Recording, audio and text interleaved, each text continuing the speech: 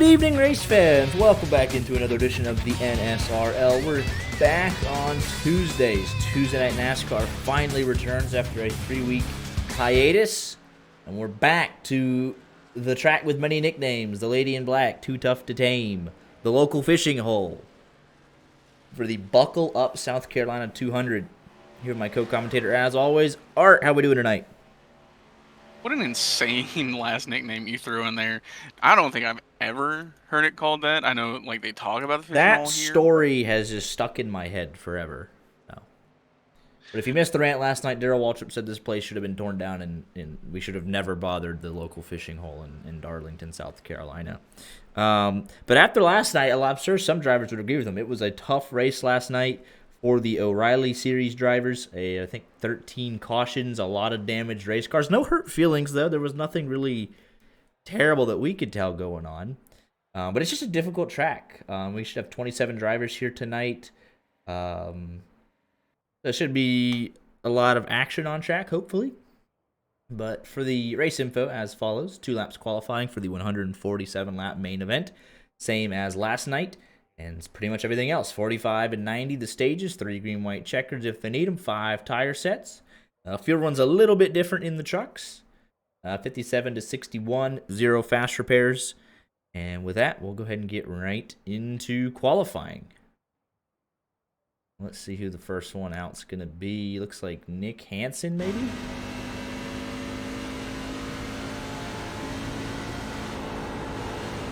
Everybody gets to make the show tonight.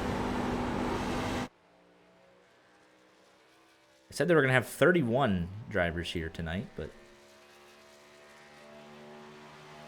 I don't know if we're at that just yet. They got a couple minutes left in qualifying, though, to still join in.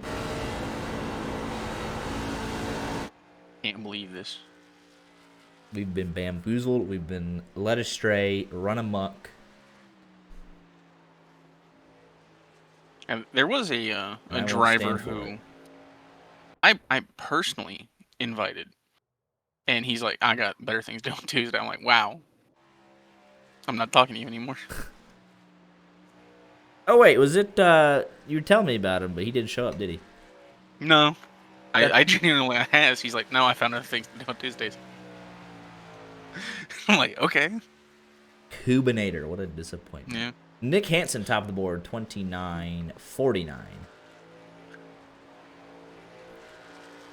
This will probably maybe pop up in chat, but we'll miss him on track. Second lap for Hansen, 29.30. Nobody else with a time on the board. That's about to change. Lafrene, DNQ'd last night in the O'Reilly, but he's top of the board, 29.28. Trying to make the most of his appearance tonight. Currently P1. Pfeiffer slots into second, 29.28. 2 1,000ths of a second. Jared Wishon in the 17 machine. Loose! Oh, overcorrects into the wall. Already seeing problems at turn number 2. I believe we've had one more drawing. We're up to 29. All right. Nearly a full field. We got a Dodge Ram sighting in TNN for the first time. Jason Samoda, as well as Ron Fitting, going to be sporting the new look Ram body. Fitting currently 6th quickest, now 7th. And his second lap, about the same, no position improvement. Brock Packard, 5th quickest.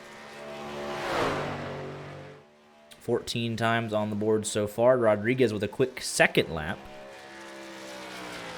In the second half of the lap especially. And he'll go P1, 29.09. Nearly a 10th of a second ahead of Lafrene. Minto slots into 4th. That is Brandon Minto. The faster of the Mintos. Aaron Mack in the 31 machine. His second lap good enough for P4. Carlos Ortiz quick in the first half of his first lap in the 59 machine.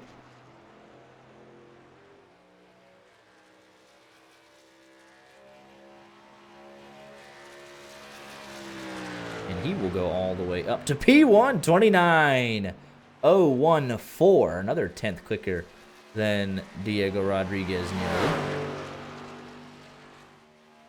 Go on board with him for his second. Logan Giesbrecht, P7. Aaron Max finalizes in P6 for the moment.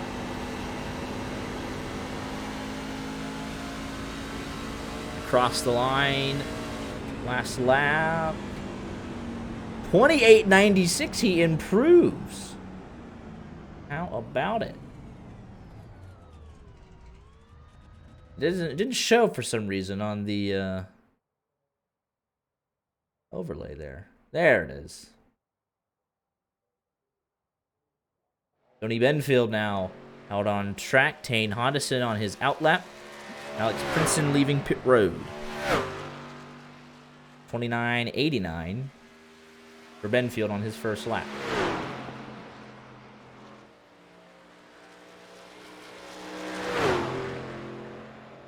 Hodgson, 31.1, so he's setting up for a second lap for sure. Second lap for Benfield, puts him P13. And we'll go on board with Hodgson.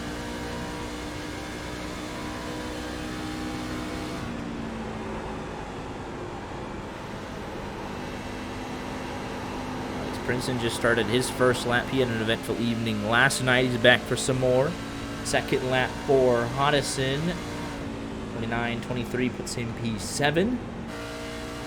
Alex Princeton, the only other man on a flyer. Working his first lap. Look nice and tidy there.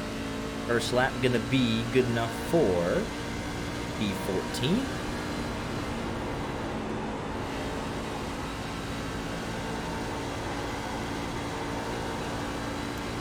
Off turn 2, no issues there. Matt Mackin and Mike McConville about to start their laps.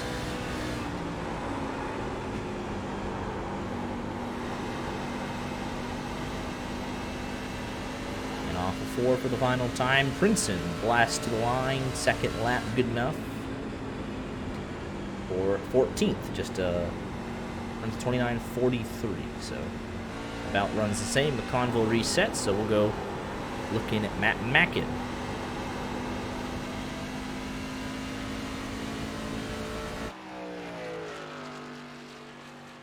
P21 after his first lap. There's Steve Herring.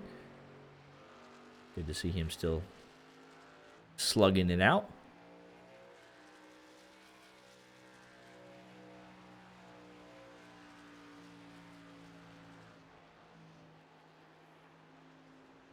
Through 3 and 4 as McConville takes the green flag for his lap. A little loose there. Off of 4 for Mackin. Second lap. 29.64. P18. McConville. Hey, Art, this is a fan favorite right here for you, bud. He's trying to win me over. Taco Bell all over the truck. First lap, good enough for P2. 29.05. Needs to find 91 hundredths of a second if he wants a shot at pole. I don't think I can root for McConville. It's a kind of an on. He's an Eagles fan. It cancels out. It's an on principle. Oh, and he's in the fence. Ha! Starting outside pole as it stands. The lap won't count. Carlos Ortiz, how about it? The only man in the 28-second bracket. Nearly 0.8 of a second from first to 22nd. Let's take a look here.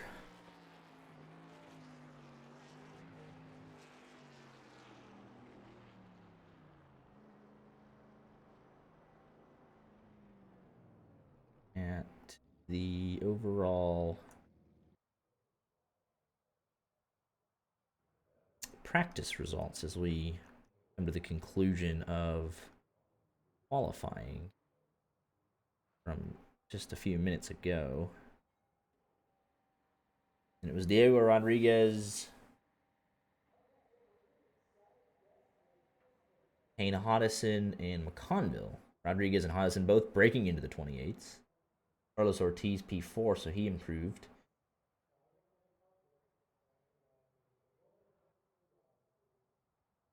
Back to Felor Pinto, who's making his debut tonight. We do know what team he is on. He is part of the Brazilian contingent of Black Gold Racing. So we can go ahead and actually update that real quick for him. He's got it all over the truck. Makes it easy. Love a company, man. You gotta love the company shill. There you go. That'll update for the end of the race. But Carlos Ortiz going to be the man on pole here this evening. Got a Brock Packard fan in chat. He rolls off P6 in a good spot.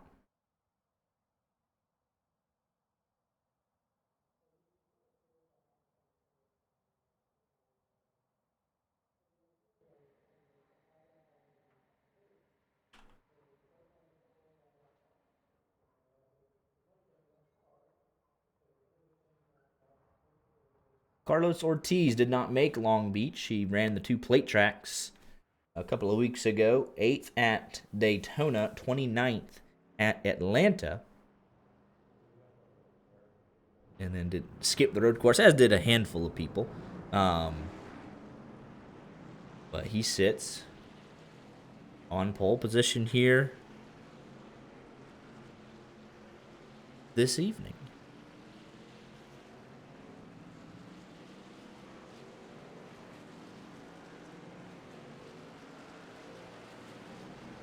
At the final warm-up in, we can take this opportunity. Scrolling grid.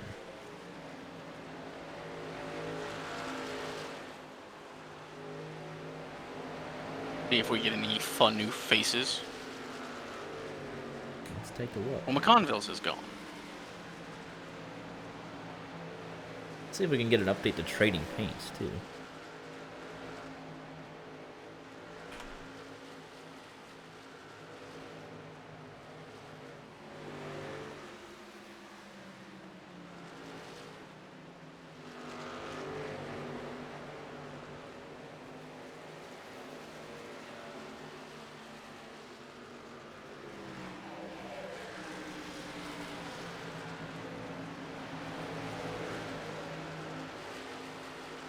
Interesting that Trading Paints just decides to not, clue in sometimes.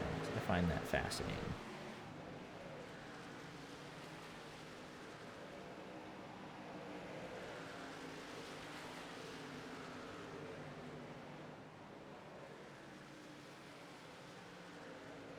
Well, we should have 29 here tonight.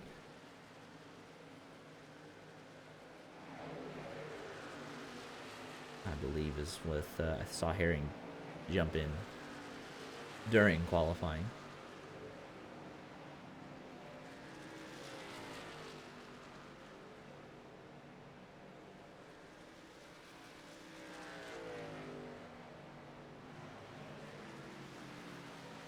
Good to see Daniel Hashi back.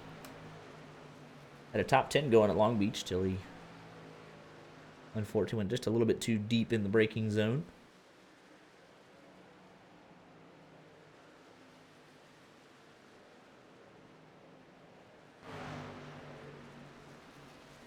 Big fan of the sportsmanship from Ortiz. Said, appreciate the opportunity to run this. Good luck to everyone in the race chat. He's gonna just win with kindness.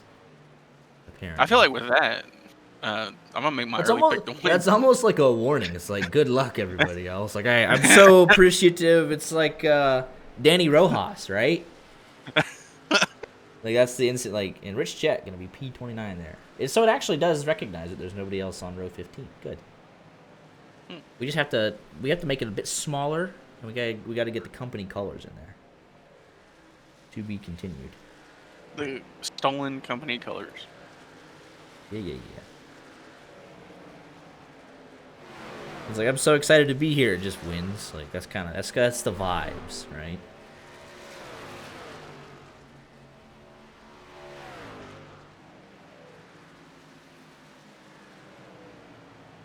22, 23, 24, 25, 29 confirmed.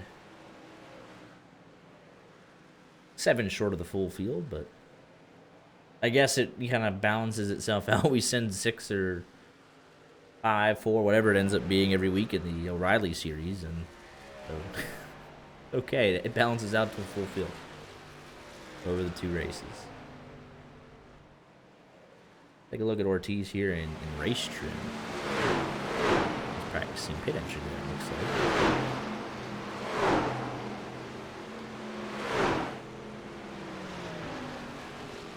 Just look out for turn to the trouble spot all night last night. It's nice having a little bit of like, hey, we were here. We kind of know what to expect. First of our, that's the first time we've been back-to-back nights at the same track. There's Elor Pinto in the 26 machine. DGR on the truck.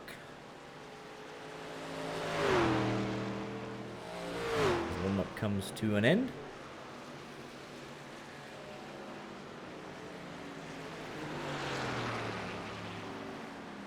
Darlington stripes already abundant, even in the warm-up. But now it's time, 147 laps. I do love me some cookout branding though. That's good stuff right there. I gotta say, I was a big fan the couple times I've had it. I got a sad story though. I went there the other night. Got my, big double burger, fries, and some hush puppies, right? I guess it's, bad timing Friday night or whatever. Like 10 o'clock or whatever it might have been. Saturday night, 10 o'clock? I don't even remember. But I got 3 hush puppies. I was like, man, that feels a little light, fellas. Like, come on.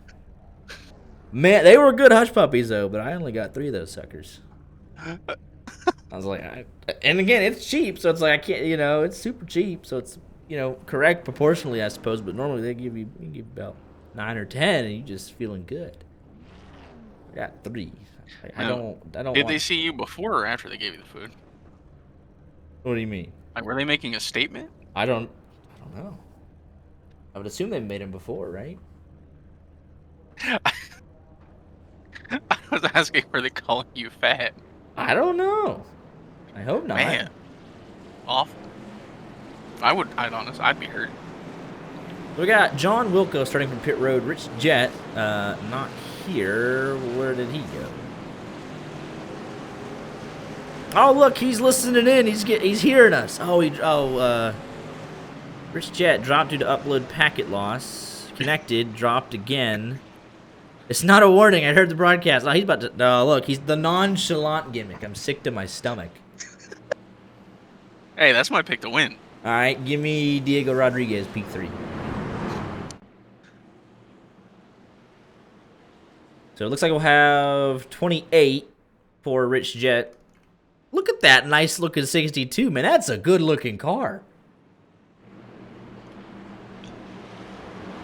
That would have been the car I picked in the toy aisle when I was a kid. Saw the Kool-Aid cover that one out. But here we go. Got some great looking cars in the field. Different time of day too, especially. So a little bit under the lights here, maybe. Gonna be looking good. 147 laps, same distance, different cars. They're not actually cars at all, they're trucks. So we'll see what the racing provides as we're underway. Great start for McConville. He'll look to challenge in turn 1. That outside line usually preferred, so he's going to have the run off the high side. He'll take it. Change for the lead already.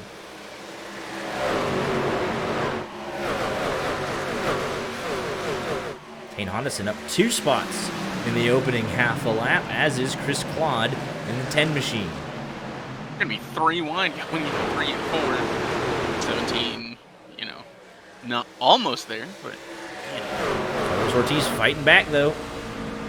And McConville, he'll let him have it. Pass for the lead already.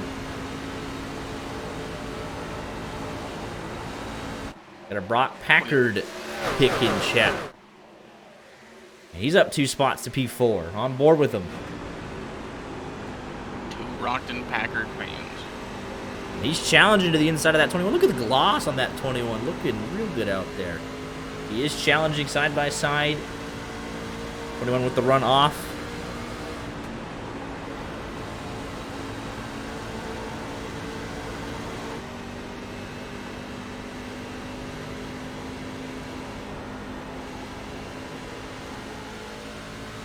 Single file early, which is to be expected. Here comes Jared Wishing to the inside of Chris Claude into turn 3, and he'll take the position.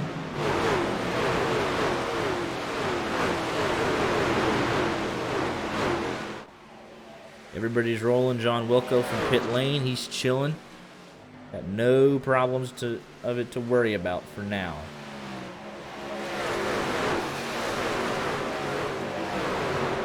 There's DeFilippi completing the pass on Logan Giesbrecht out of turn number 2. Giesbrecht under a bit of pressure from Nunemaker and Nick Hansen. But a clean start to the race, which you love to see. Okay.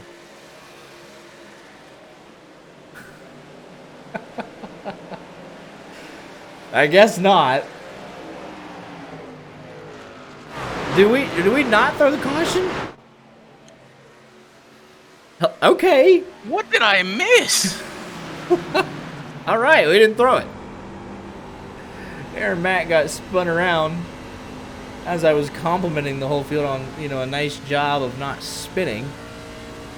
Oh, he didn't go around. Like, they kept it straight, but man, it should have been a caution.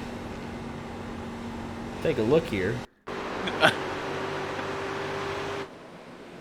Where's Aaron Mack at? Let's take a quick look.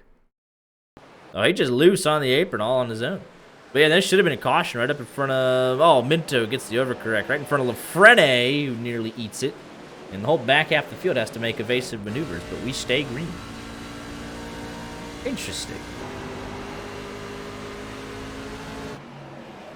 Not going to be a fun one to deal with. He'll have to limp that damage all the way to lap 45. And already Wilco closing in, so he could be in danger of going a lap down as well.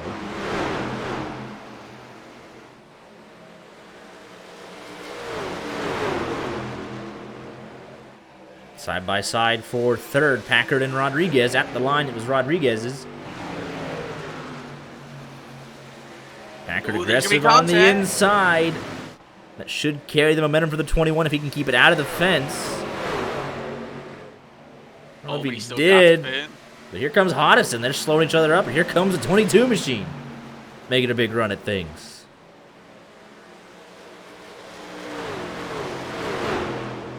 He'll have the run off the high side. He'll get a little bit of draft for whatever it might be worth. As the top 5 have checked out. 3 seconds. Back to Max DeFilippi.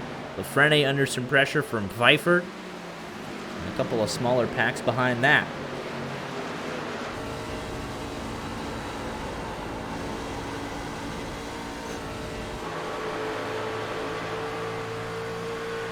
Wishing trying to close in on Stony Benfield. Nick Hansen making a move to the inside of Nunemaker. I think he'll be able to make it stick this time by.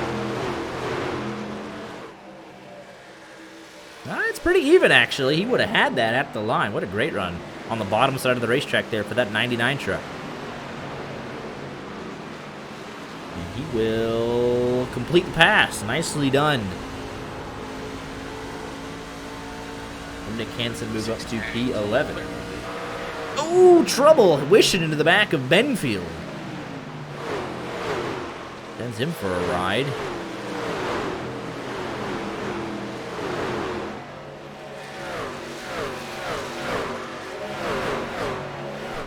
I'm surprised at the field spread so early. Because the O'Reilly guys are just killing each other all over. Bunch of packs. Well, this is spread out fairly quick.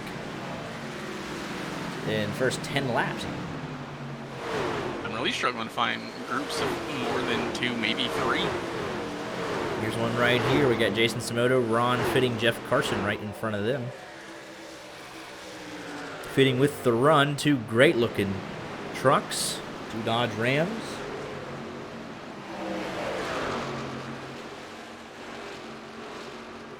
Bidding completes that pass.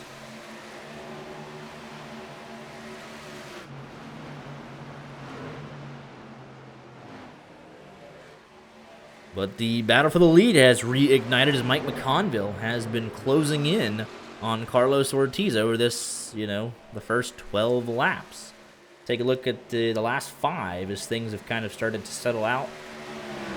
Fastest 5 for 5, the 5-lap average, and it has been Mike McConville by about 1/10 of a second over the last 5 laps over your race leader. Frene back in 7th. I mean, it's very close. I mean, it's not even a 10th now after that lap. Frene actually the quickest man on the racetrack over the last 5 laps. Carlos Ortiz about a 10th off from Lafrene, 0.08 of a second from McConville, but when the margin's half a second, it doesn't take much. On that last lap, Ortiz was a bit faster, but not on this lap. McConville making a move to the inside, and he'll take the lead here on lap 15. We're wishing with some speed back in 12th, but he's got no track position as it stands.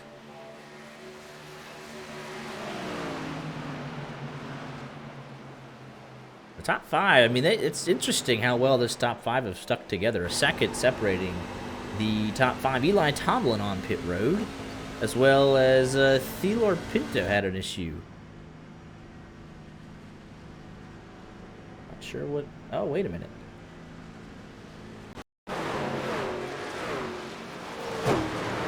Off turn 2. Oh, my goodness. That explains it. Oh, another one? Man. Take another look at this. 26 into the back of him. Oh, and it kills the left front. My goodness. Just from that?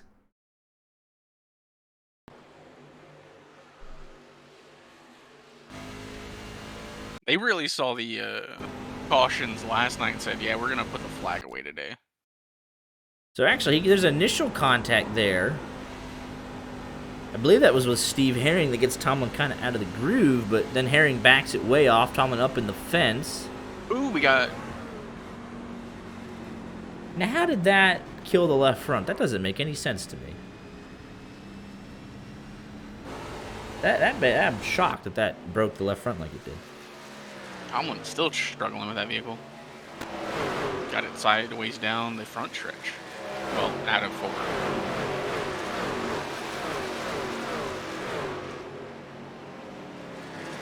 Yeah, he's just kind of logging laps now at this point, it looks like.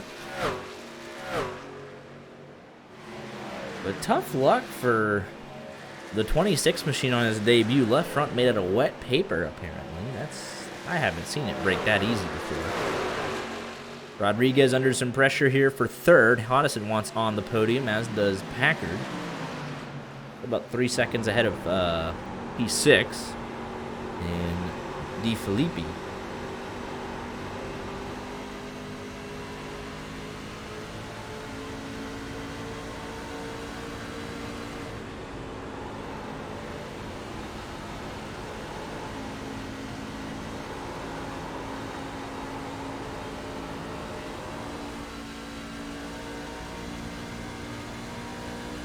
Pressure backs off just a little bit. We go further back in the field, just inside of the top 15 here. Stoney Benfield putting Nunemaker under some pressure, and as well as Logan Giesbrecht. He's got to run down the back straightaway. He'll make a move to the inside. Side by side, 56 has to back out of the throttle a little bit, and he'll get that move done. Minto with a run. 56 got way out of the throttle, and he'll pick up a move here. Jeff Carson trying to follow suit as well.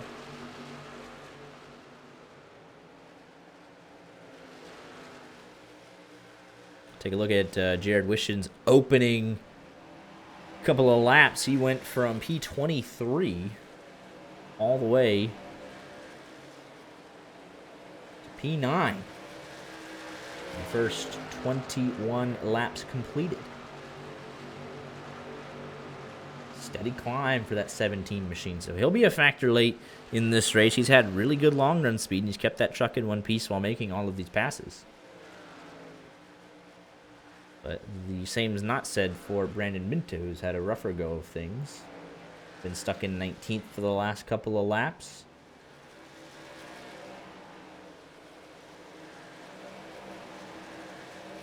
As we hit halfway in this stage.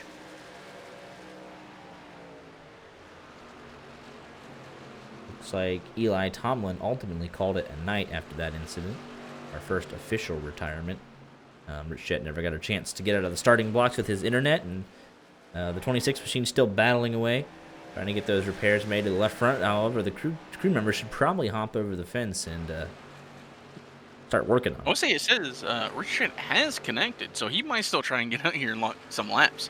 He's got two spots he can gain. He's got one guaranteed, depending on when the 26 leaves, because he's 8 laps behind the 26.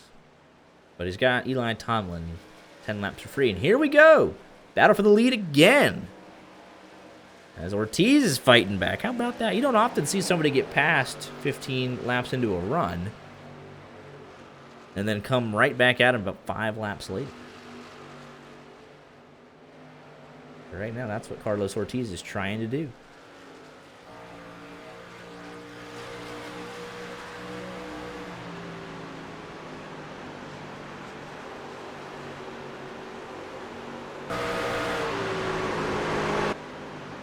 Filippi under a bit of pressure here from the 06 Machine LaFrene.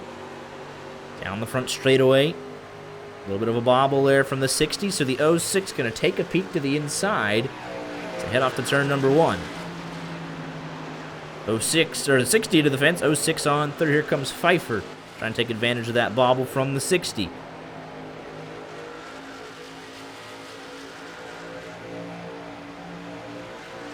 The car's nose to tail.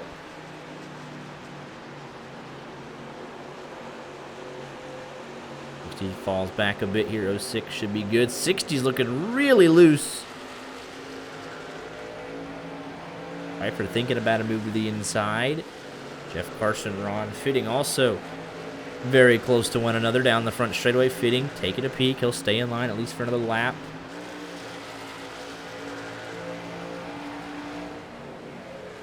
Head down the Boeing backstretch. Another Packard fan in chat. Listen, he's had the most vocal fan club pretty much week in and week out. He's doing something right marketing-wise. Sold out crowd here tonight at Darlington for a truck race. You love to see it. Through the eyes of the fans, and they're going to see a great battle for the lead here as we're catching lap traffic.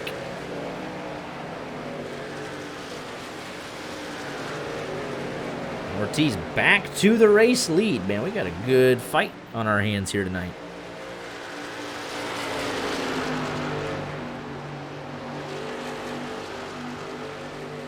Take a look at the race recap so far. This race analysis. We've had 4 lead changes, and that has been between McConville and Ortiz.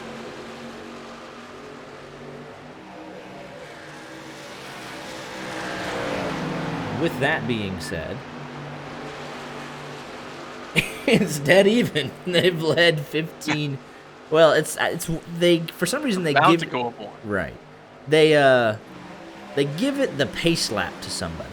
So Ortiz has actually led 14, completed 29, and McConville 15, I think, and now it's even. So I don't know why it does that. But it's as even as it could possibly be right now.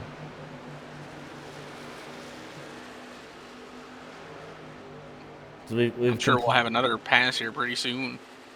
Because still right there. When you look at the timing tower, we're on lap 31. We have not completed 31 laps just yet. So it's one ahead for some reason. But ultimately, it does not matter. And Rich Jett has made an appearance. And that car looks good. That truck looks really, really good. Shame his internet didn't hold up. He'll be flying, though, compared to everybody else. Because everyone else has got 30 laps on their tires. He'll get the 26 in just a couple of laps, as well as Eli Tomlin. John Wilco in danger of going one lap down, as is Steve Herring, and even to an extent, Aaron Mack, who's not that much further ahead. But I think Aaron Mack would be the last one, too, because Matt Mack is another 4 seconds up the road. So if you're Aaron Mack, you're hoping the guys behind you do not catch you. Because it's looking like the leaders will.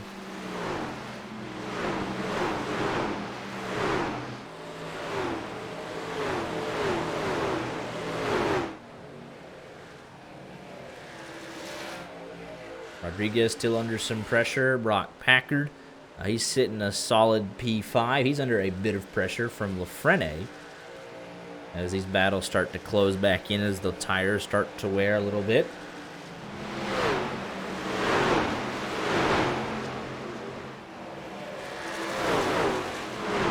Lead yet again.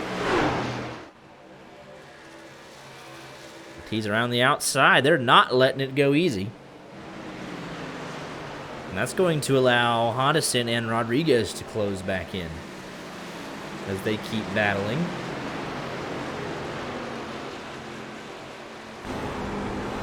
Ten laps to go in this stage. Excuse me, 11 laps to go. Next time by.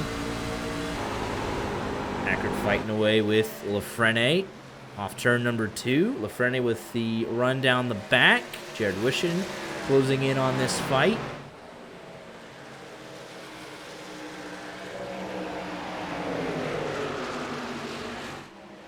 Get around Wilco. Oh, right in front of the leaders. No!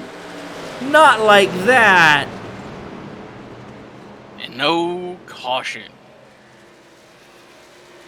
Man. Big damage to Carlos Ortiz. Let's say it was tricky. They got around Wilco, but Steve Herring was right there.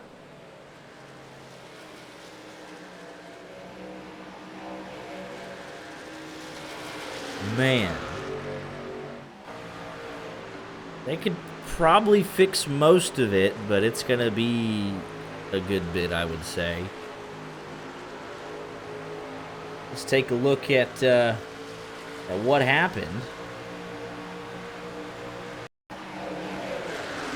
Mike McConville here sits P2, and man, I don't know about that one.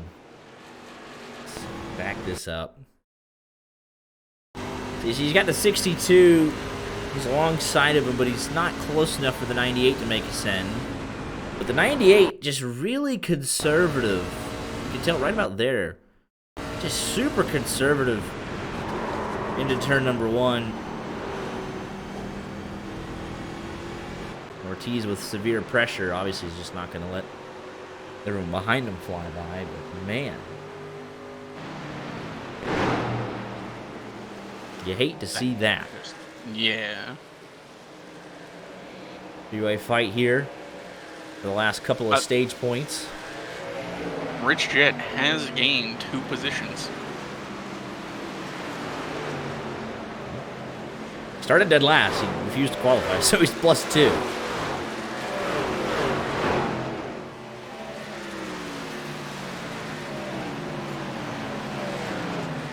Ortiz will still limp to some stage points. He's got 3 seconds on the Frene. I'd imagine he ends up P4. Pfeiffer's trying to take that last spot away from Alex Princeton.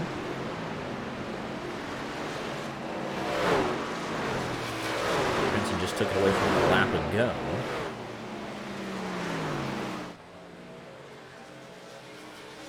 Aaron Mack about to go 1 lap down. That's not what John Wilco would like to see.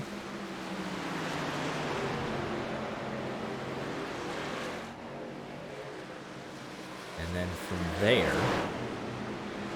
Matt Mackin is safe as he battles Daniel Hashey. So Mack A little bit of damage on the right front. He'll let the leaders go by. That's 24th place, 1 lap down.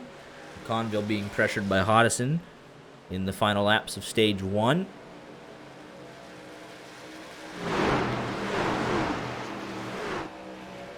It's Tony Benfield. We got around Princeton and Pfeiffer, and now he's challenging Max DeFilippi. So this 75's got some speed, gets cut off, headed to turn number 1. Sit P9. Hansen, Fitting, and Nunemaker all right there battling away. 41 of Ricky DeRoser. He's up 6 spots in this opening stage, trying to put the pressure on the 52 of Jason Samoto. Mackin continuing to follow after Daniel Hashi in the battle for the lead. Coming to 2 laps to go in this stage. Hodison is there. Lights are on. The sun's nearly fully set.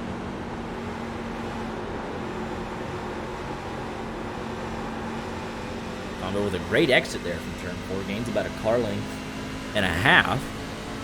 2 laps to go. 10th quicker on that last lap solely because of turn 4.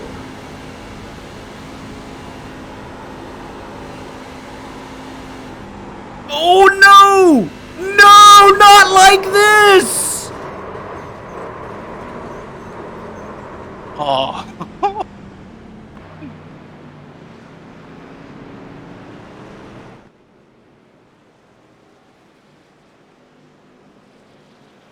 That's just...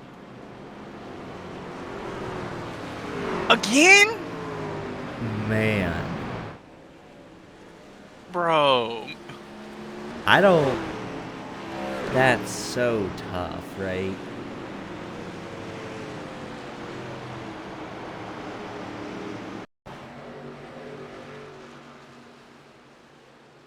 He just loses it on that the apron.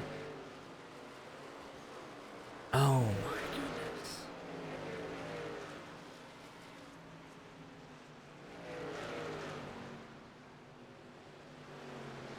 You hate to see it.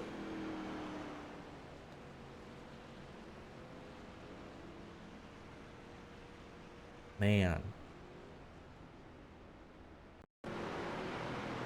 Obviously involved with the first incident with Carlos Ortiz. Blown motor, his night is done. And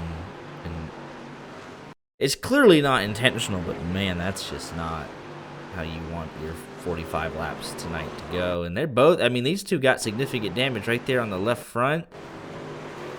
Left front, right rear. They're all going to have significant damage. Diego Rodriguez is through to the net lead of this race, because Carlos Ortiz will have to get repairs done as well. Oddly enough, I think McConville wins the stage with that. I believe at time of caution, it was going to be lap 45, so... They were coming to the 1 to go. You'll see the 59, the 8, the 21...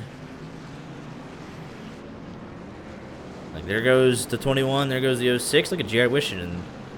The 8, the 59, and Tane Hodison all going to have massive repairs.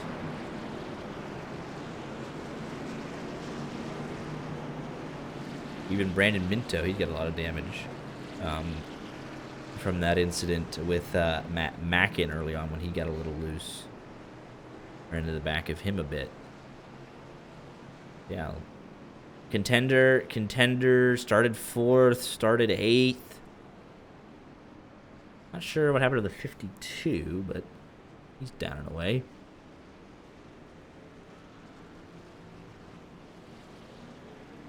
And you'll see Ortiz, he's still going to sit. Are they going to put themselves a lap down? It's going to be very close. Conville will put himself a lap down. I think, Art, we've talked about it. That's kind of the... What are you willing to risk? You know you get a caution in 40 laps. You can fix another 45 seconds to a minute of damage. Can you get yourself in the lucky dog spot? Because Hodison's also a lap down. Hodison, I think, got worse of it. I mean, yeah, you have to tough it out. You got to take the repairs, because if you get it fixed and you've got to rely on trying to get it, like, going the next 50 or 45 laps, who says you don't go a lap down if you don't get it all fixed? Exactly. Carlos Ortiz, it looks like they've fixed most of that damage to that 59 machine, at least on the left side. So yeah, that 59 looks pretty good. They'll have another opportunity to work on it.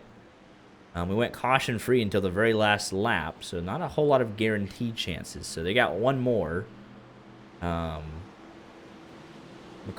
and Hodison do catch up to the field. As we're back underway, this race is completely flipped up on its head. In the opening 45 laps, Rodriguez leads. 22 trucks on the lead lap. Aaron Mack did not catch back up to the field.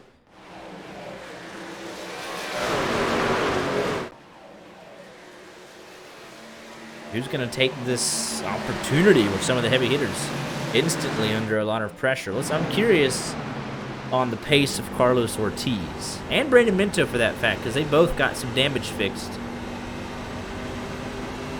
to their trucks, and they had some good speed in stage one. I think Ortiz being very cautious. He sees a blinking car. He sees turn one.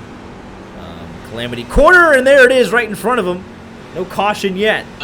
They're still going straight. I think that was Ricky DeRoser up in the fence, and it's bad to word Nunemaker. Just hung it up against the fence. He'll get it back going. Oh, it's not. He's coming in. He's gonna get it going. It's just. Oh, it's not even close to turning. He can get it down there. It did not make the pin entry here. So let's take a look here. Oh, and he just gets. I know we're green. Take a look at this real quick. It's fascinating. He's up there. He gets super loose. It bounces off of Giesbrecht.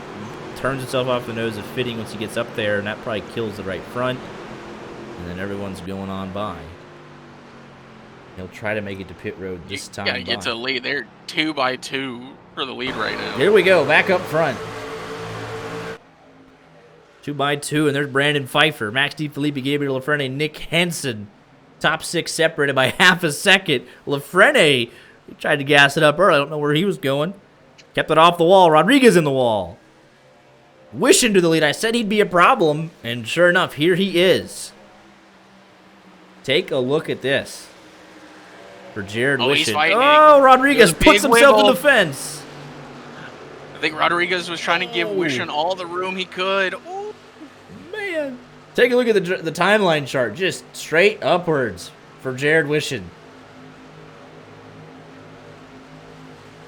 Max DiFilippi to second.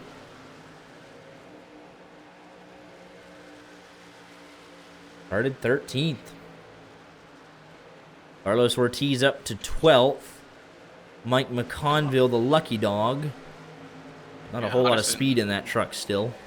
I mean, you want to talk about not a whole lot of speed. That's Hodison. He's going to be lapped here in a couple laps. That truck man, he's putting around at 150, man.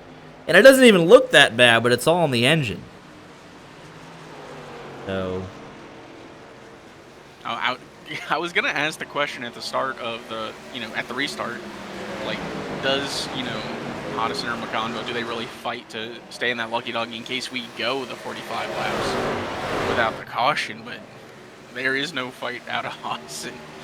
Well, even take a look at McConville. He's got some speed in it, but he's racing right around the guys that are 15th, 16th, and he's having to yield way a little bit. As Minto goes on by, so it's still fairly wounded. Hodison running 3 seconds a lap slower, 3.5 seconds. So he's pretty much cooked because he's still got to get all that damage fixed anyways. So it's not looking good for Hodison. McConville's still got a fighting chance at it. Carlos Ortiz has got it. I mean, he's on the move upwards a little bit. P11, it looks okay. But now, there's another leaders getting into the lap cars. That allows Max DiFilippi to make a big move to the inside, hitting turn 3. Lap cars have had a huge effect on this race. There's another one there. Diego Rodriguez to P3.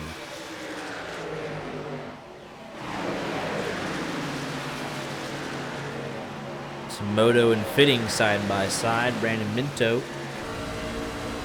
Which way is he gonna go? Nothing stops a Ram. And that's true. They got him out front right now. Max DiFilippi. Knew he had it in him. Carlos Ortiz back to the top 10. 59 looks good. There's poor Hodison, man, just limping. Trying to salvage some points tonight.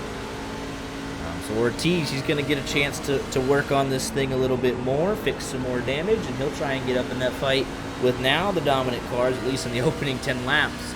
Jared Wishon, DiFilippi, and Rodriguez. Really, Lafrene and Nick Hansen and Pfeiffer are all right there as well. This race is completely on its head. Hansen will big wiggle out of 4. Lafrene gonna make a late move to the inside here. Ooh, big check up there. Hansen got way out of shape. He'll lose the spot to Lafrene and Pfeiffer back to P6 for Nick Hansen. What a race this has become.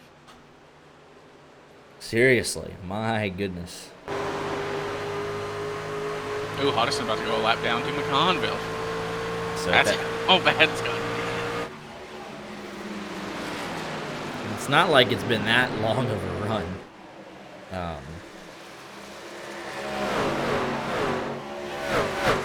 But he'll eventually kind of get passed by Aaron Mack even. He's just running. Aaron Mack ran 4 seconds a lap faster last lap than Hodison. So Hodison's going to get lapped again. Mack will pass him, and it's just, it's not looking great. Travis Minto to the inside of Chris Claw. That's for P16. Going to introduce the concept of a new race here. Do we get to the end of the race before Rich Jett in his clean truck can catch Hodison while 23 laps behind? Oh, man. I'll say no, because that is a lot of time. And there will be, the caution here at 90. And then it's really good to 147. So there, oh wait, it helps though if Hodison's on pit. Hodison might very well just quit. Because that truck's destroyed. So if he quits here in the next 20 seconds, I'll change my answer. I was going to say, I think Hodison's still running laps because, again, there's Rich Jett taking laps back. But if he's just going to come in and that's it, so be it.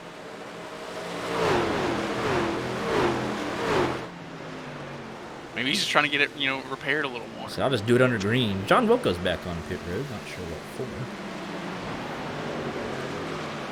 Maybe he thought there was a little more in that truck than the truck knew about. Back down here.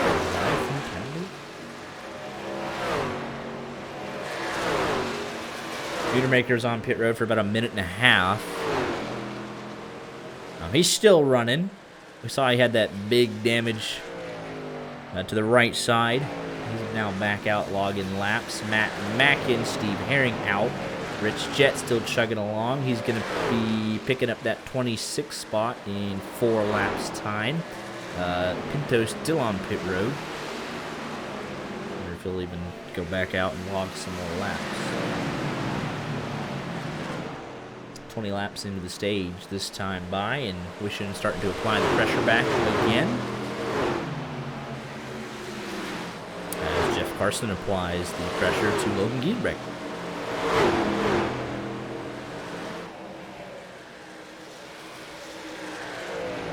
Race is similar in the fact that there's a ton of attrition as Carson completes the pass. A lot of attrition last night. A lot here as well, but it's more spread out, which makes the attrition a little bit more confusing, I would say. Nunemaker back to pit road.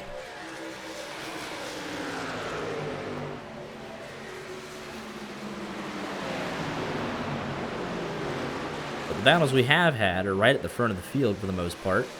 until lap trucks get involved. Wishing all over the back. He'll take a look to the inside. Rodriguez right there to watch it all.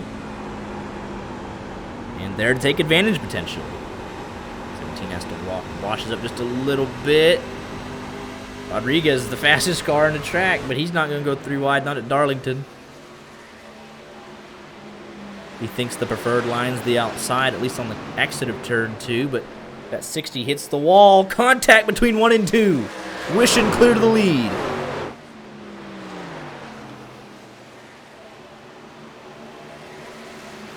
The front into the inside. Hesitation there from Diego. Man. I thought contact between LaFreniere and Diego Rodriguez. They're driving the heck out of it. Brandon Pfeiffer says, keep going, I'm catching up. Nick Henn says, I'm still in it. Top 6, separated by 1.6.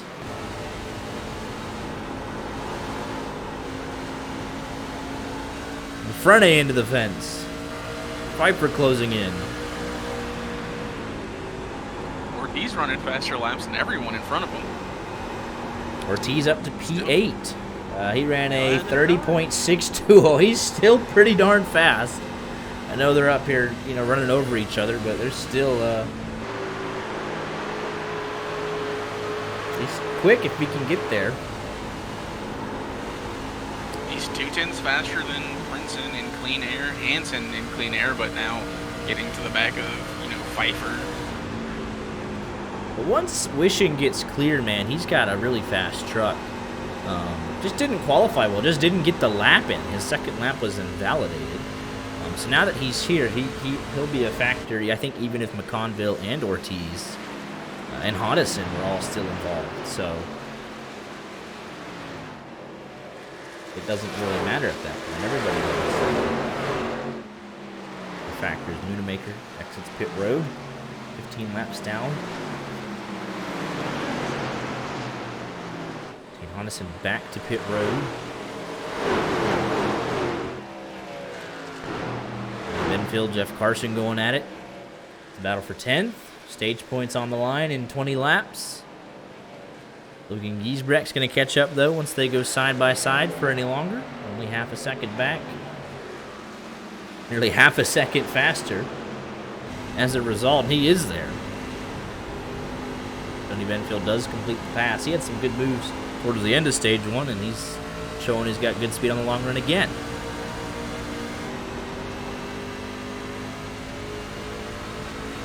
Felipe blocking a little bit down the front. Rodriguez won't take that for much longer. Oh, a little hip check there. Oh, Felipe back into him. Oh, no, and there he goes. Blown engine, it's over. What is with these leaders just wrecking each other? And they're just, look at that. Y'all might want to slow down. Is that taunting? What is that?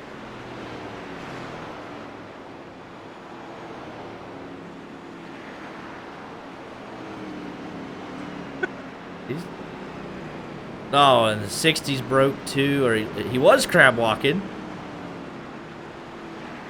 Holy smokes. Steering looks okay-ish, but so yeah, we just said it. We were on board with him. 21 gets a better run. 60s blocks just a little bit. Everything's fine. Rodriguez big send, a little hip check. Nothing crazy. 60 comes down and gets him, and it's off. And then this has just got to be an awkward, you know. They're just looking at each other, right? I mean, come on. I say a lot of those trucks got really close leaving turn 2, though, for some reason. But I think with the caution out, they might have slowed down a little bit, but let's take a look here. On board. There's the contact. Yeah, he did not appreciate that from Diego Rodriguez. I think it's quite clear to say that.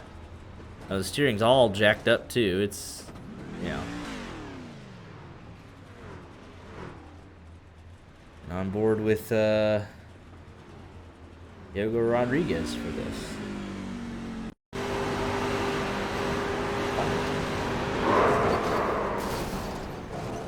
There we go. Back it up just a tad bit. You be the judge.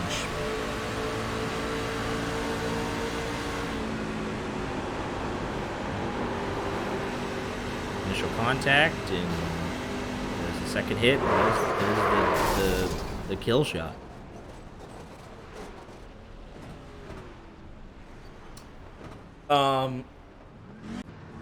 So yeah,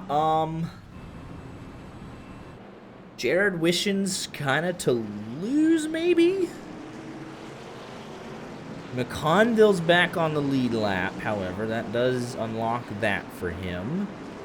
Still a good bit of damage, though, but he does get one more caution guaranteed to work on this thing.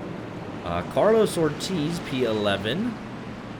And he did not have a long pit stop. It was 15 seconds flat, so there was no extra damage to repair. And it must be said he took tires, as did Princeton. So we're going to have a topsy-turvy trying to steal the stage. Look at the race of attrition on that final couple of cars on the timing tower. Rich Jet now P25. 10 laps behind Nunemaker. We'll catch Rodriguez. 24th at least for Rich Jet. Keep an eye on Carlos Ortiz and Alex Prince in the first row with tires. Brock Packard, Ricky DeRoser also with tires.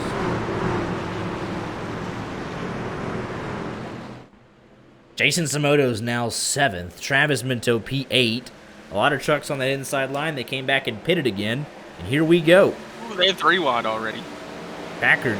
Oh, Chris Claude very slow right there. Just trying not to get run over. He's on the older tires, so the guys with new tires just split him right down the middle. And here comes Carlos Ortiz. Just going to watch my pick to win work his way through the field. You know what? I think Carlos Ortiz is all right, man. He's digging. Here comes Packard. He's going to work together, push him by. I think the 75 of Enfield realized, hey, I'm about to get smoked if I offer any resistance. So he's like, yo, just Ortiz up to P6. Holy smokes. There are 2 different races out there right now.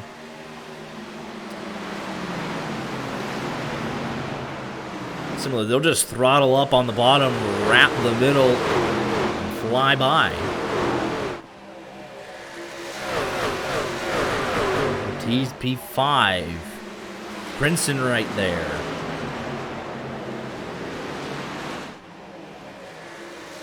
And he'll just point it towards the bottom. It's going to get held up, though. Oh, into the wall for Jeff Carson. Everybody avoids it. 1.2 behind the leader. Plenty of time. 13 to go. Packard making a look to the inside. Burn your stuff up before you catch the leaders. They got to run all the way down the front straightaway. Pfeiffer's like, yeah, y'all just do your thing. I love it when we get some drivers that's, you know, they go aggressive. One of these two going to get a stage win. Princeton waddled up a tiny bit, but he's making his way. They should be 1, 2, 3 here in just about 2 to 3 laps time. Packard, he's going to have to split 3. He wants to get them both. Packard a little bit quicker than Ortiz, I'd argue. Battle for the lead. No contest. And now it's a contest. So much faster going into 1-2. Now these two will battle for the stage win. Next up, Princeton on the fresh tires. He's up to P5. He's still about half a second quicker. Oh, Ortiz nearly gets in the fence. I think the question is, now do you try to save? Like, you got 10 laps. Are you going to run these dry and put new ones on at 90? I think with the 4 sets, I think you can afford to be aggressive and just take another set because now you have the track position back. There's not a whole lot left in this race. Once you get to lap 90, you're on a couple laps off at the caution. I think you just bolt on a set. They've only pitted twice, so they still have 2 sets of tires. You can take a set here, lap 90, and still have 1 remaining. I think it's a no-brainer. Alex Princeton does get around these 2 with his fresher tires up P3. So it must be said, everybody else that pitted on lap 73, they're just biding their time out back here.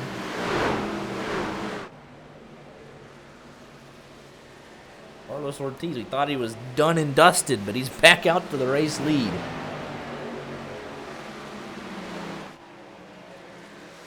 I think I would ever say done and dusted. That man is flying.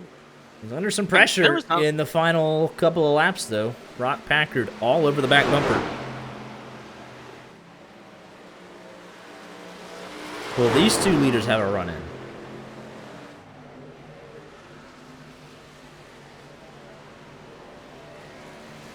These 2 guys are running 29, so they're running full bore, man, for the stage win. Princeton a 30.2, half a second back, but still another half a second back tuition on that last lap in terms of lap time. Giesbrecht holds on to the final stage point. He's got Travis Minto behind him, 1.2 back. Jason Samoto, Sonny Benfield going at it. Benfield went all the way back to about 14th, realized all the fresh tires were in front of him, and then started charging back up. Benfield back to P8.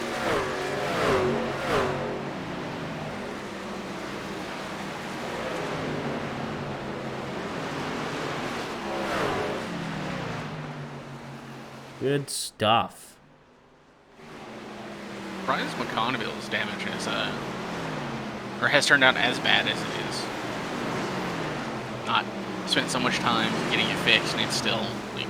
So the good news is he's on the lead lap. He can pit first time through, and he'll be able to maximize the time spent getting it fixed. But ultimately, with the damage he still has, he's pitted twice. It's gonna be.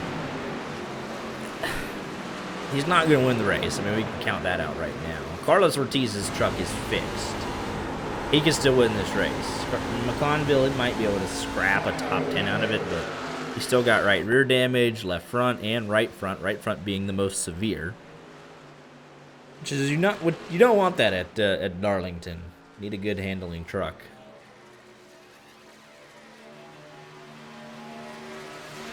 These checked out by 5 seconds. Battle for the stage 2 win. The only 2 in the camera shot.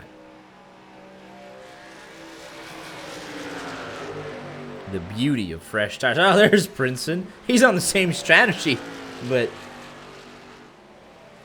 I mean, you can see he's 2.5 seconds clear of the other guys on the alternate strategy. But actually, Ron Fitting, lap 73. He's making hay late in the stage, so he's going to steal some stage points here. About half a second quicker. Gets around Samoto. And he had just gotten around Ricky DeRosa as well. Might catch Jeff Carson if he's lucky. He's got the clean air now. Battle for the lead persists.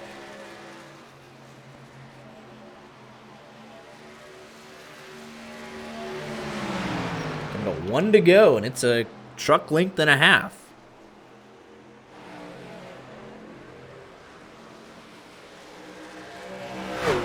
Good corner, though, for Ortiz. White flag in stage 2. 7 seconds ahead of 3rd place. It's been a while since we've seen this.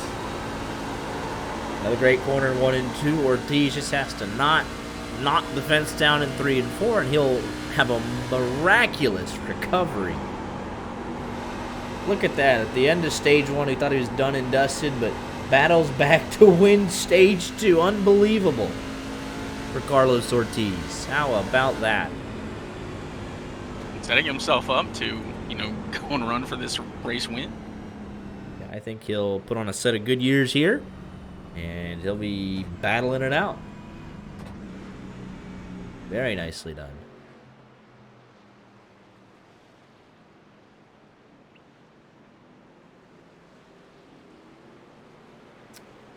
Here in Matt gonna be your lucky dog. He's a couple of laps down though. Conville.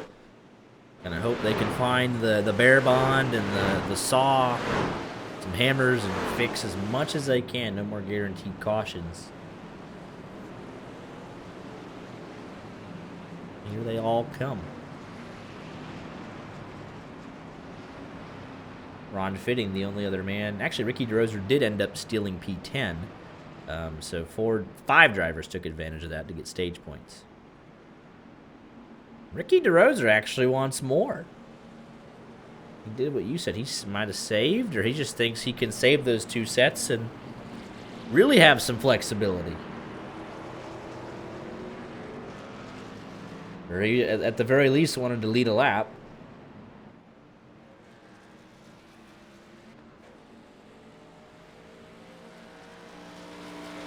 Tires will be 17 laps older. Tane Hodison going to take a wave around. Poor Rich Jet couldn't take the wave around.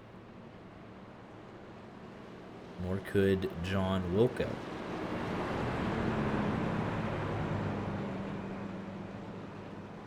Unless DeRoser comes in this time by.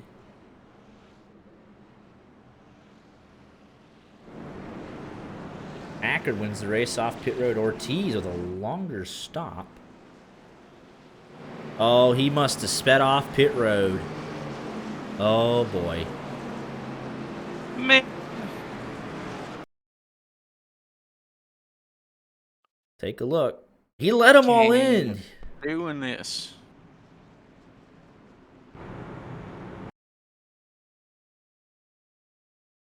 See anything crazy? I mean, he had a gap, but does he speed on the exit? Trying to keep P1? I mean, he couldn't even get up to speed in time. Like, he immediately... Well, how would it have assessed that quick? That is so strange. I don't know. I guess he must have sped on the entry.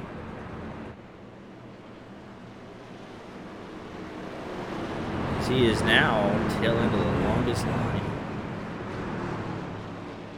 Yeah. Oh my goodness. Leaders that just keep hitting the self-destruct button. And we could very well have another self-destruct here. Truck with 17 lap older tires.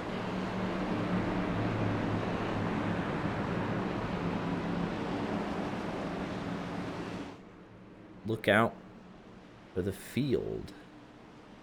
Yeah. McConville Minto were so far back that it didn't put him behind him, and you can still see the damage on the left front from McConville, so he's hoping the 41 spins the tires, wrecks the field, and he gets some more damage fixed, because I can see the damage on the right front. Oh boy. He said, you know what, I don't want to be here. He didn't even make it. Turn oh, there, that's the Frene. Holy. He was sideways. Scared the crap out of me there. Just yelling. I thought he was going around in front of the field. I thought it was the big one. Back it up. Oh my goodness. You see now? Oh boy. And now Brock Packard able to take advantage because the leader he was P2. So he's in the lead of this race. Jared Bushin had to wait. Ricky DeRoser. Why pit under green though? I don't get it. I don't understand. I don't understand. I don't know. This is big for our Packard contingent, like in chat. Carlos Ortiz. I mean, he's running again now, P10. So we'll need the yellow to get the track position back, though. He's making up 2 spots here. He's driving mad, 3.3 seconds behind them. So that penalty, that mistake, whatever it might have been.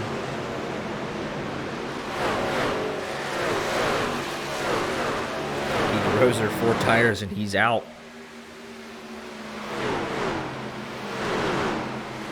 See, you just should have pitted on the second lap, you know? You should have just gotten the penalty for entering a closed pit rather than do that.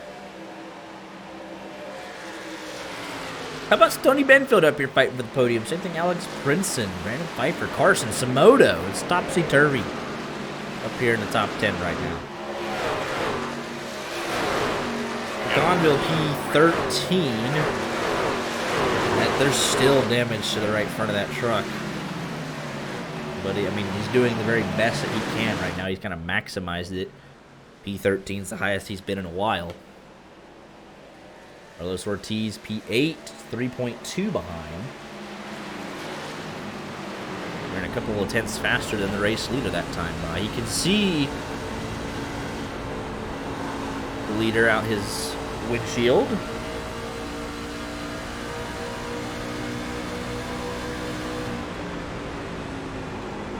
He's going to have to burn up his stuff, get through traffic. A little loose there.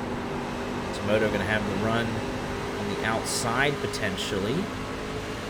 Take everything I just said back. He'll let him have it.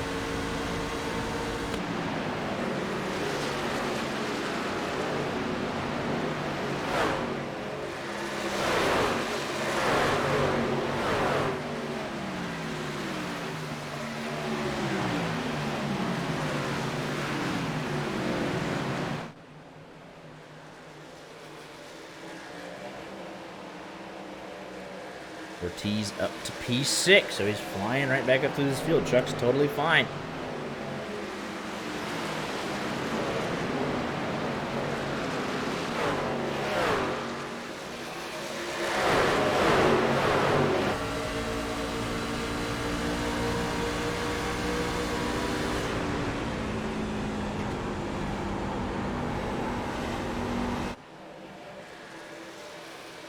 Got the crank it up in chat. Got the crank it up redemption, absolutely. Stage 3, less than 50 to go. Let's crank it up.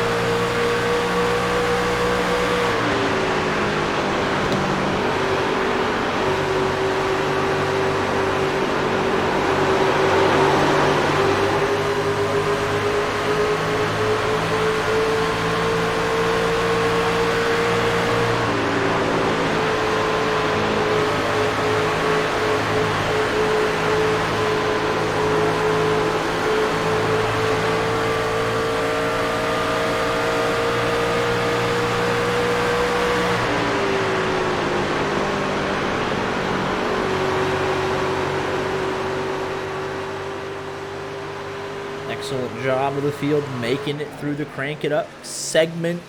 Brock Packard 1.3 in front, 42 laps to go. Jared Wishing in competition right now.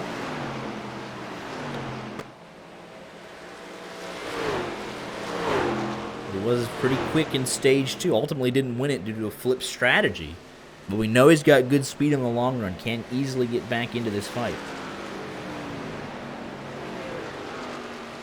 We had a 3-week break.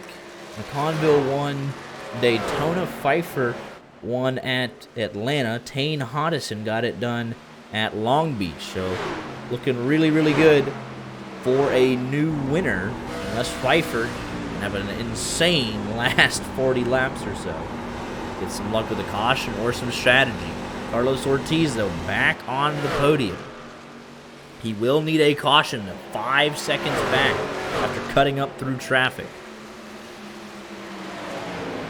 I mean, even still, he's almost a tenth faster a lap if he can, now be in clean air. If he can continue that pace, somehow he would catch him. Take a while, but Wishing starting to turn the screws just a tiny bit. Got a tenth faster on that last lap. 3 tenths faster on this lap. Uh-oh. Knew he had a good long run truck. It's starting to show. About 8 tenths of a second now. Got a great run down turn 2. Off turn 2 and down the back straightaway into 3. Ricky Drozer on fresh tires ahead of them. Should not be a factor.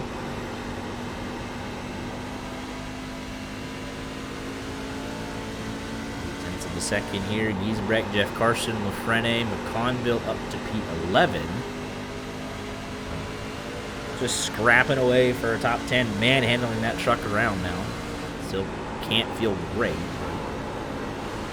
You can actually see the little damage still right there. Leapy into the fence. McConville catches a piece of the fence. Lafrene about to move, but backs up. Right rear damage as well. Pretty heavy still for McConville. Right side, Darlington stripes, Darlington dents. We've had Darlington DNFs. It's the whole works. Nights in a row. Oh! Packard in the fence. Here comes Wishing. Has to make the move now. Don't want to lose too much time.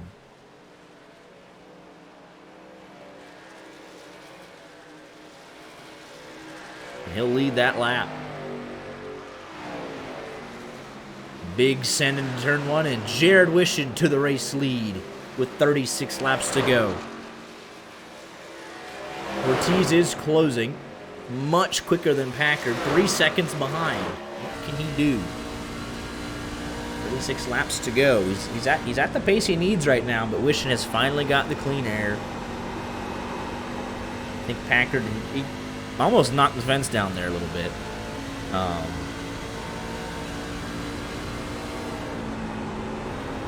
We'll see what he's got.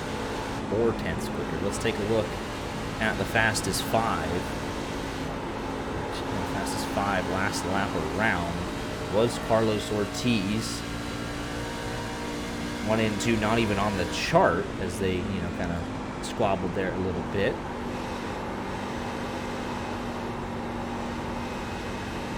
This lap, I think Wishing held pretty even.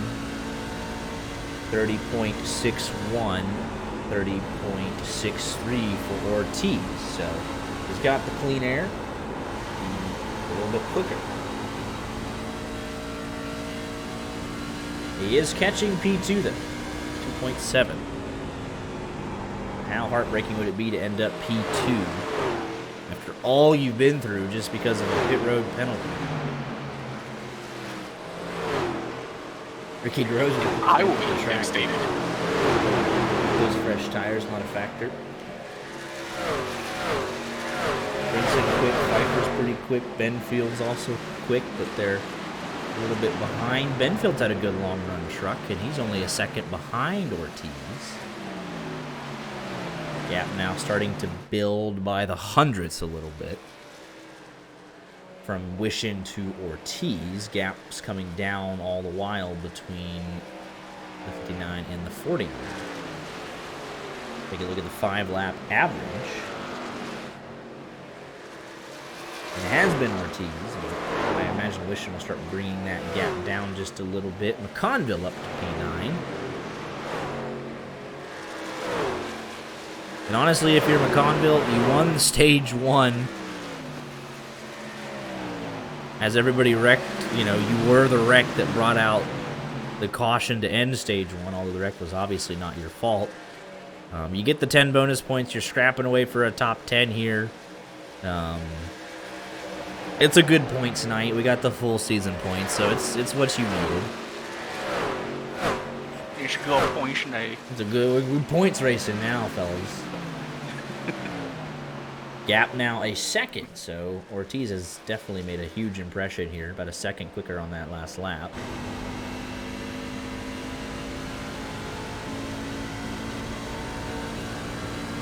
How do I talk you into getting YJ access to the Earnhardt Tower suites? We gotta make it big in this, but we gotta keep grinding. Suites accommodate 20 to 100 guests. And there's no pricing listed. You gotta contact them. So it's boy. It's on a need-to-know basis. We're like, hey, we're YJ Media, and they just hang up the phone. It's like, we don't know you. Oh, Pfeiffer! Ooh, he about clipped Prince in there. That could have been big.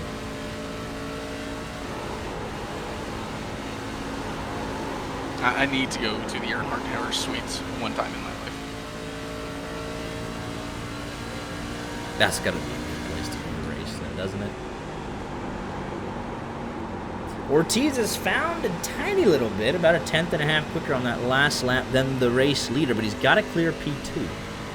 That's step 1. Gap down from 3.4 to 3.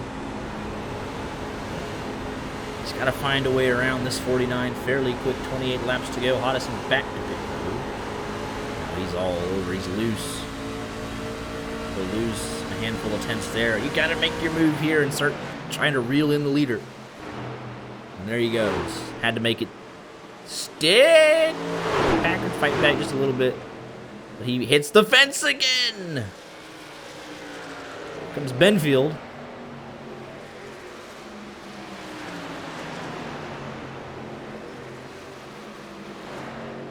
In the fence again. Benfield trying to get onto this podium. Oh, he's just knocking down the fence lap after lap, corner after corner. Benfield should have a go here.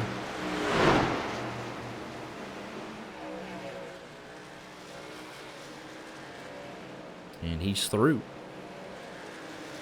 Ortiz 3.3 back. He can see him. 26 to go, though. Needs to start reeling that back in pretty darn quick. You can see he's drive the wheels off of it. He's loose. Wishins has a little bit of lap traffic to deal with. There's most of it without issue. It's Ron Fitting. He's coming to pit road. Unamaker going to yield way. Yeah, pretty stable. All he has to do is he can lose a handful of hundredths a lap. Ooh, he's loose there, though. Real loose there. He can lose hundredths here. He can go even. All he's got to do is just maintain. Hoddison on the fresh tires. Lap himself. But it does not look comfortable to drive right now. Gap back to 3 seconds.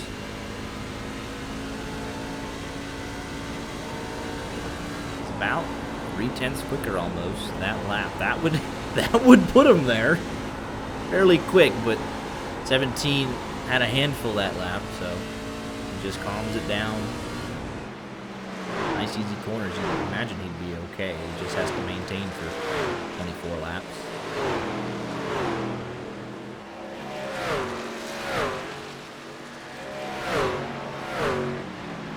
Feel a little selfish for,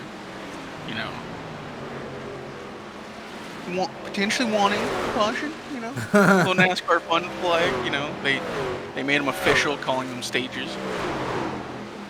Yeah. Man, I picked my driver. I don't want him to win. My driver ended up P25. Blown motor. Yeah, I really thought we hit, the double. Oh, he's all in the wall. when it comes to cursing our picks, but man, you don't want to just give up. You don't want to just pack it and say, I got the race win. But don't need to be doing that too often. It really didn't lose him that much time, if anything. We'll see what this lap is. Last lap for Wishin. 31.26. Ortiz. 31.07. But it's still 3 seconds. I mean, the lap before that, he was quicker, so he got it back under 3 seconds with that move. So Moto yields weight. Frene goes on by. Look at this, man. So if we get a caution, it'll be right here.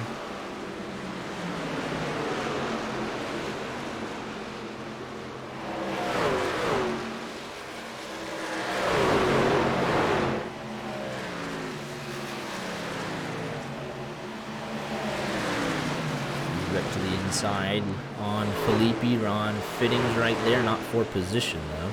He's got the fresh tires. Felipe into the fence. Giesbrecht on by. Minto trying to line up a move. 20 to go. Felipe's still loose there. He's been loose the last 20 laps.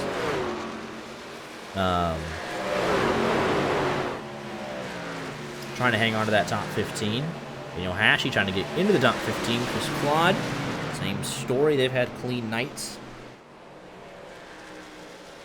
Brandon Pfeiffer around on the inside, off track. No caution. Take a look at what happened. Off turn 4. He just loses it. Right down to P17. I'm shocked at that. Your Wishing says, thank you very much. Flagman has not been busy today. Wilco yields weight. Actually, it's not even going to be Carlos Ortiz. It's going to be Stoney Benfield here with the late charge. Ortiz was pushing to try and get in. Got about 2.8 seconds and then burned up his stuff.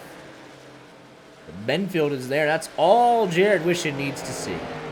Is them battle. Oh, boy. Used him as a pick. Put him in the wall. Man. Oh, hang on to it. Hang on to it. Good piece of driving to hang on to it. Will not bring on a caution to effect the end of this race. At least it's not going to be him. He says it's not going to be me. Don't need the allegations against him. Addison flying through on clean tires. Hashi to 14. Around D. Felipe.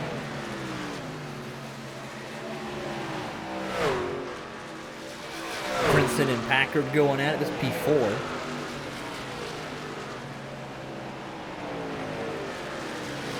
To go. Laps ticking away quickly. 31 seconds at a time. Oh, into the fence. Big contact there. Well held. Frene closing in on scene rapidly. These two knock the fence down.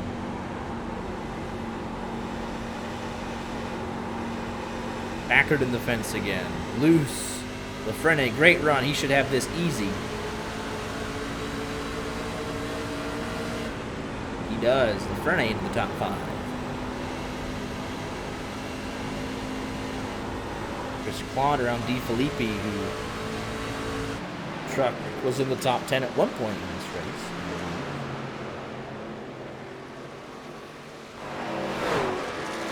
But a handful of laps as well.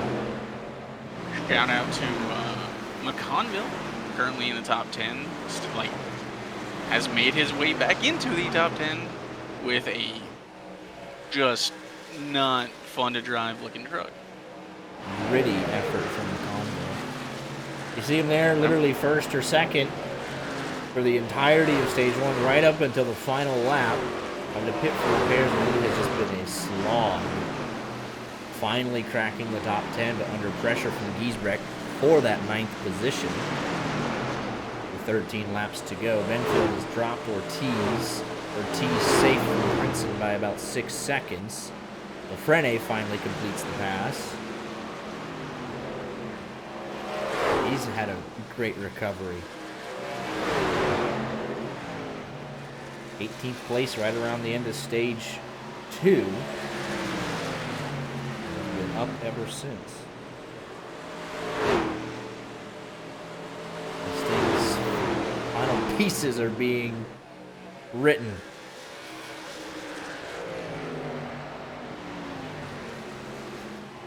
Four seconds clear out in front. Benfield pulling away from Ortiz. Well, small battles, 1/2 a second here and there. Longo back to 10th. Nick Hansen would love a top 10 for his troubles. Made some good moves tonight, good passes.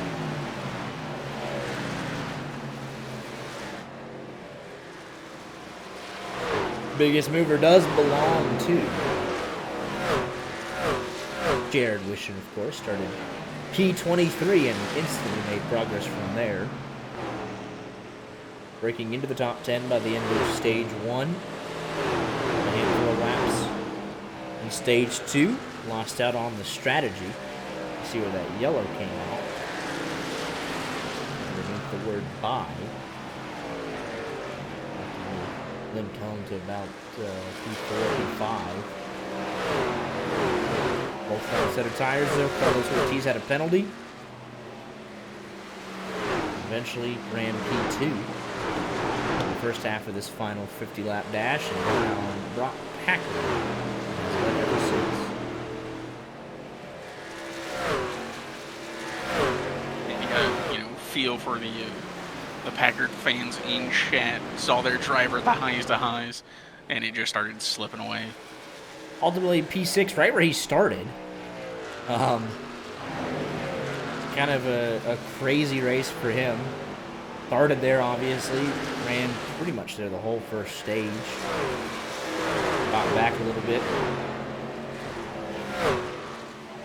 Used some strategy to get back up. Has run well since then. So, I mean, this is probably right where he was. If you take a look at that 4-tire stop right in the middle, right when the caution came out. Used that strategy to get the track position back and has relatively maintained his pace. For the most part, as a top 5 fringe truck. Led a good bit of this race. 18 laps in the final stage he won, so a bad place to be.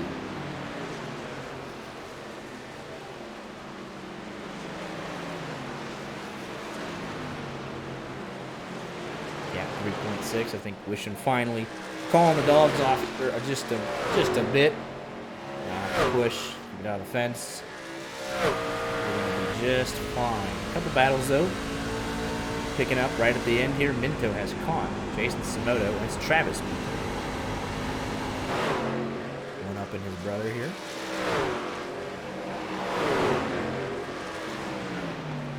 The big movers, Tony Benfield plus 14, Princeton plus 10, Samoto. Under pressure, he's plus 13, trying to keep it. I dare to say Travis, or I said Brandon was the faster Minto, and took that personally. Yep. Yeah. Slight bobble there from Hansen puts him under pressure from Jeff Carson and the other Minto. Heavy damage on the nose of Minto from a caution that wasn't a caution in stage 1. He's kind of been limping around, bouncing from 10th to 15th for the remainder of the night. Go just like that. Minto gets the run down the front straightaway. Imagine they want to send it. Got the preferred line. Little contact there with the wall. And he's clear up. C52 wants the crossover.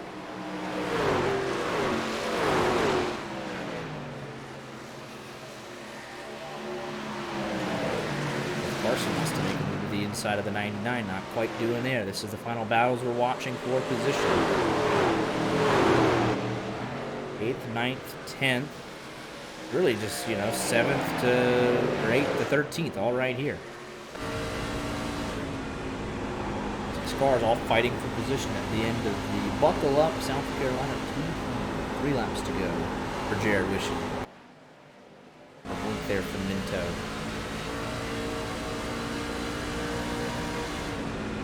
But it's relatively stable unless someone hits the fence. Nick Hansen has to really back out of it.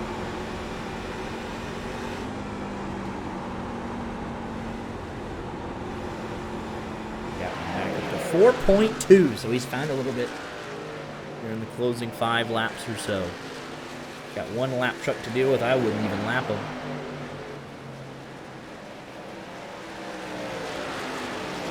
Rich going to end up P24 for his troubles. Gains 5 spots for free. Lap truck yields coming to the final lap here.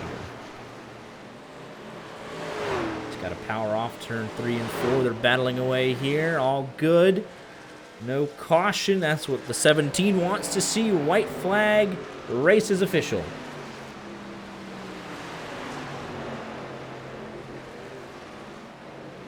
Started at the back of this field.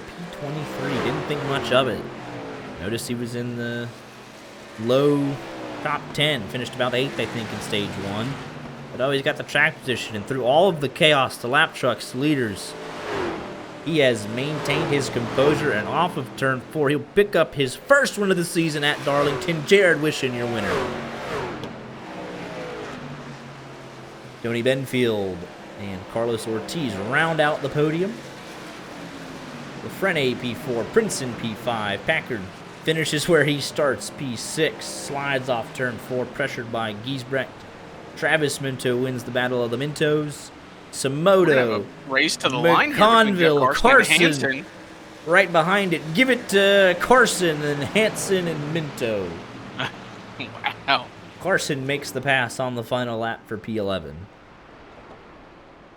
Take one more look at that.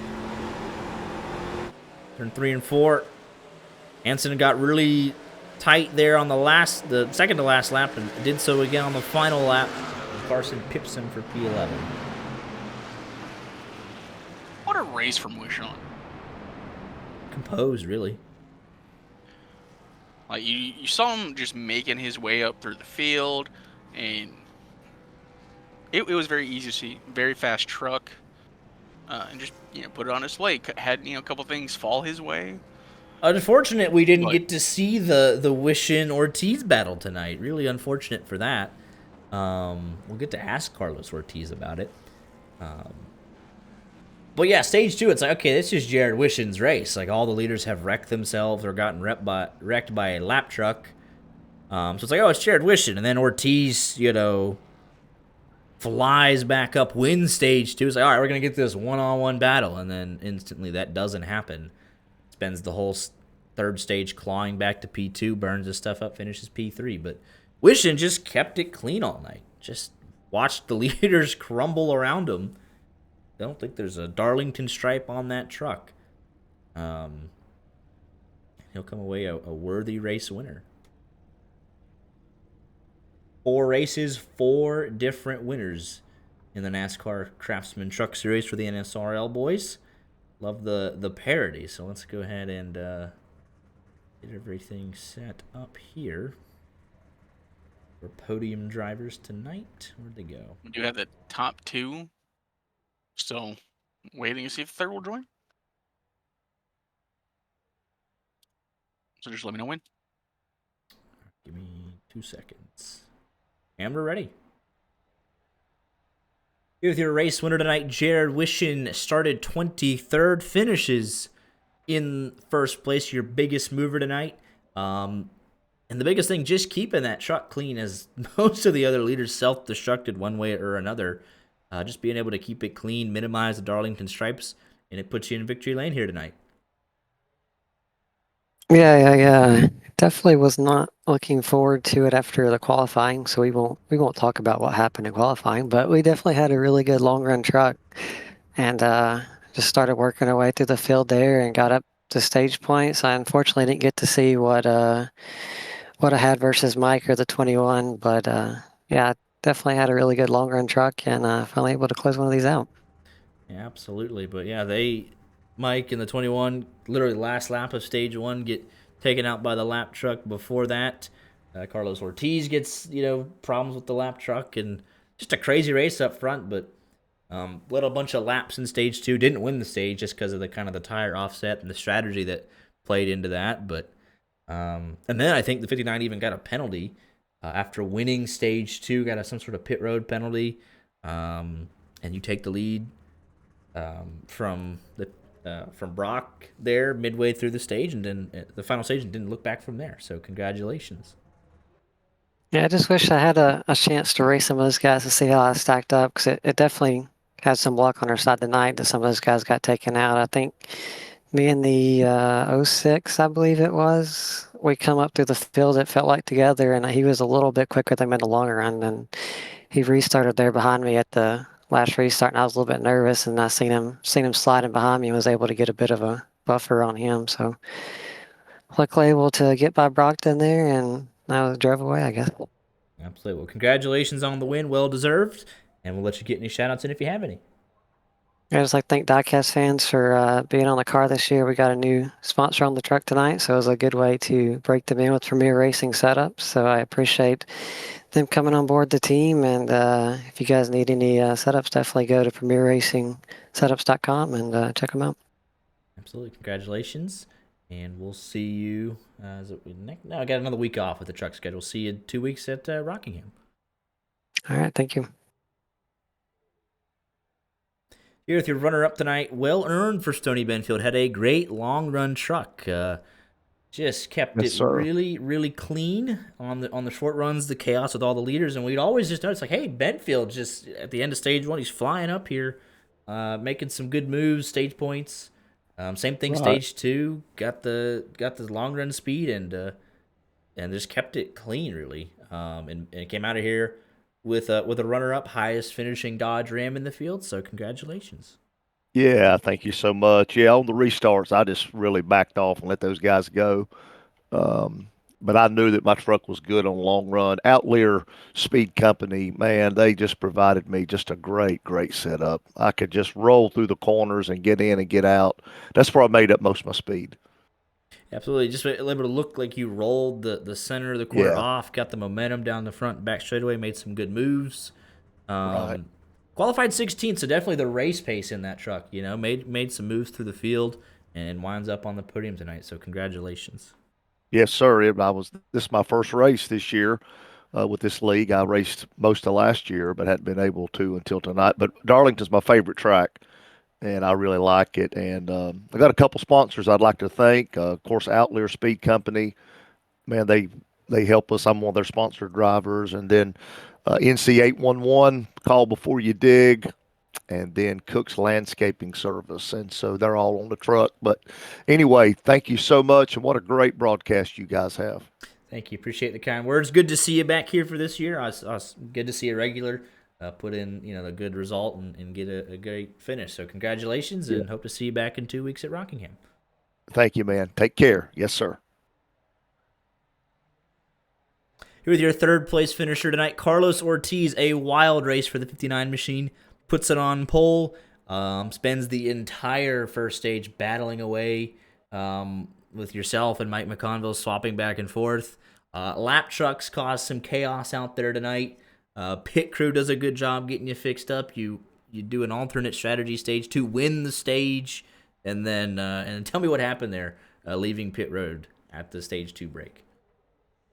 Yeah, I just kind of got greedy. You can kind of hit 46 miles an hour, but if you clip it too many into red, it'll give you the penalty. And my weakness, I feel like, is coming out of pit road, and I definitely shot myself even harder in the foot speeding. But I could be more upset, but I think I would have lost in the long run.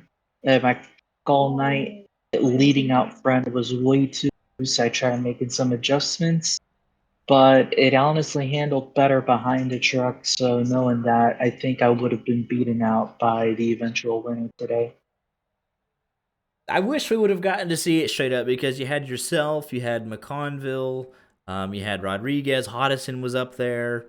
Stony Benfield had a good long run truck. We just really didn't get to see it. Unfortunate with the lap trucks and some of the other stuff, but I guess that happens from time to time. But we didn't get to see it straight up. So hopefully, we'll take next week back off and we'll get back at Rockingham and see. We'll just set them. We'll get everybody on track. We'll race again and see who's got what. But yeah, it was a good race. Able to recover from that damage, win a stage, get P3. So a great points night for the 59 machine. And we'll let you get any shout outs in if you have any.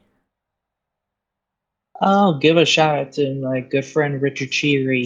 He always helps me out, gives me encouragement on how to drive these cars, and he told me I've been getting much better than where I was last year running for Wastewing. So I appreciate his support, and I definitely couldn't have been as good as I was today without him. Absolutely. Well, congratulations on the podium, and hope to see you back at Rockingham in 2 weeks. Thank you. Have a great night.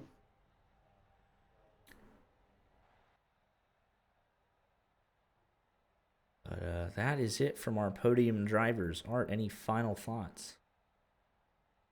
Really exciting race. I was pulling for my driver. Man, all the action up front, all the leaders getting taken out. That was a fun one. Really had no idea who was gonna be in contention because we were like, which leader's gonna explode this time? You see it there, like even Carlos Ortiz gets back to the lead when stage 2 and gets greedy on pit road under caution and unforced error. We saw obviously what happened to McConville and Hodison and Rodriguez. Just a crazy race you see here. Wishing with 56 laps led. Ends up leading the most laps with a dominant stage 2, a dominant final stage. 10 different lead changes and 7 different leaders. So super exciting race. Probably should have had more than 3 cautions, but I digress on that. We'll let race control handle the race control stuff. Carlos Ortiz was your pole sitter. Packard with the fastest lap, 29.5 flat. So everybody had a little something tonight. We're off in the trucks next Tuesday, and then back the following week at Rockingham. I got some Wreckfest streams this weekend, and then next Monday, still on our part-time O'Reilly Series contract, gonna go short track racing for the first time in the O'Reilly Series. So that should be a real fun one. Looking forward to that. But appreciate everyone tuning in. Want to address the comment. Like real racing, you got a mix of young guns and gentleman drivers. Love to see it. Yeah, you got Carlos Ortiz, just sounded a little bit on the younger side. And Tony Benfield sounds like he's got the experience to do well. So you just got everybody coming together and having a good race. So that makes it all the more fun. Give a quick shout out to Delor Pinto, who's still on pit road. How is that car still on? So it just sounded idling. But man, he's still there. They never found a left front replacement for him. Yeah, just still sitting there. Crew never got over the wall. But man, he's all the way down in P29. 140 laps down. You can see the attrition there. Pretty big here tonight. But it was a fun one for sure. Like Art mentioned, the racing at the front of the field, very fun. And looking forward to more of it in the coming weeks. So appreciate everyone tuning in. We'll see you this Saturday, I believe, 4 Eastern, for some Wreckfest streams. And then next Monday, 8 o'clock. Y'all take care.